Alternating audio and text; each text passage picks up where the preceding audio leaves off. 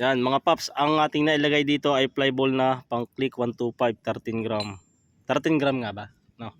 Tapos yung stock ay 15 gram. So ito sa mga magpapalit ng fly ball sa mga naka Honda Beat.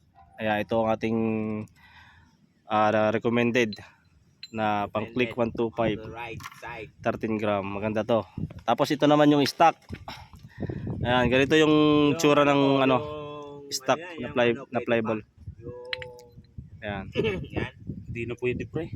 Ayan, ito yung stock mga paps. Ayan. Sa mga naka Honda Beat dyan, ayan, siguro sa mga hindi pa alam, yan, sa mga hindi nakakaalam, pwede to. Pang click 125 13 gram. Alugan na eh. Magbabawas kayo. Yan lang gagamitin nyo. Ano ba anong brand to? Ayan mga paps. Ride shape.